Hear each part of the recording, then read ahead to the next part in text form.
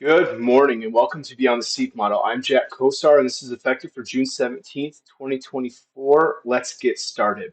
SEAF signals for this week are technology, utilities, and real estate, returning both technology and utilities to the signals and swapping out real estate for communication services.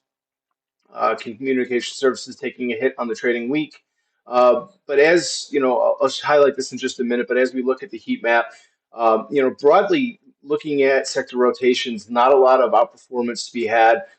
Actually, seeing a lot of outflows broadly coming out of the sector spiders, with the exception of technology, and I believe consumer discretionary had a bit slight slight inflow, but outside of those two, seeing outflows from all the other sectors.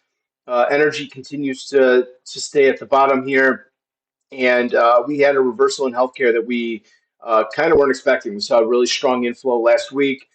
Fully anticipated that type of inflow to show some strength, and had a quick reversal with healthcare coming out at 9. Uh, it's hard to tell right now what's going on with the sector spiders, but we are seeing lack of relative performance across the board. Heading into our heat map, as you can see, technology being the only strength out of all the sectors. We had a little bit of inflow on consumer discretionary, but as you can see, it's yellow here. Otherwise, this whole map is red, or muted greens, muted yellows. Just large outflows coming out of the market. Something we're going to have to see. We haven't seen this kind of trending this way in a long time. Going into our rainbow charts, highlighting real estate. Real estate's poking up. Real estate in general is relatively a slow mover. As we see, we get these kind of peaks in and then drops out. If we can sustain this, which we haven't seen any real sustained flows for on a consistent basis. But if we can sustain this tip into green, we could see some relative outperformance. But as we can see here in previous spots, there are periods where we do touch green, and we have blips of relative outperformance, but it doesn't necessarily trend. As of right now, we're peaking into favored. It is a SEAF signal for this week. Um, Definitely more on the fact that we're not seeing a ton of money moving into any of the other sectors. As you can see here, relative outperformance hasn't really turned up. We're starting to point ever so slightly up in the positive direction, but broadly have seen this thing take a dive. But this could be something we build off of, especially if this thing continues to trend. So something to take a look at going forward.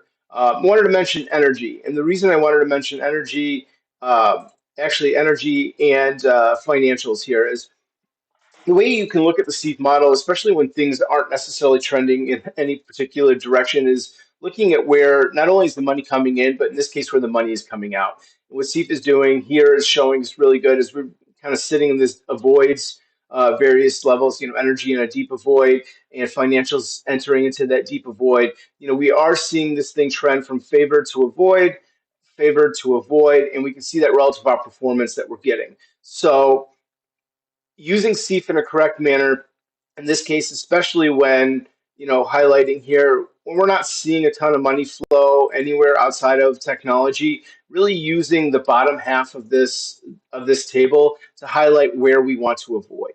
We want to avoid energy. We want to avoid financials. Healthcare looking like a place where money, it looks like what they're trying to do is they're trying to pick a bottom in healthcare. And every time a couple of managers and a couple of investors tend to try to pick that bottom in healthcare, we see that reversal, as we did here. We had 5 going back into 9. Um, so you're really using the SEAF model to find not only relative outperformance, but also to see where the relative underperformance is happening. Last but not least, technology looking strong, highly favored, money strongly flowing out of technology, approaching this resistance level and the relative outperformance versus SPY. Uh, right now, technology is the place to be. SEAF works in the place too where you have to catch. You never know when these things are going to trend going forward. We can tell you when the money's coming in, we can tell you the aggressiveness of that money.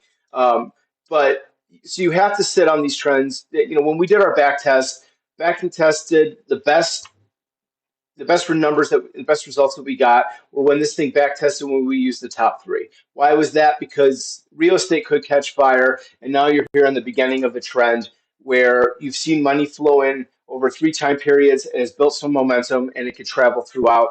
But like I said before, right now we're seeing technology very strong, strong outperformance, and we're seeing some really negative outperformance here at the bottom. It's just something we're going to have to continue to watch.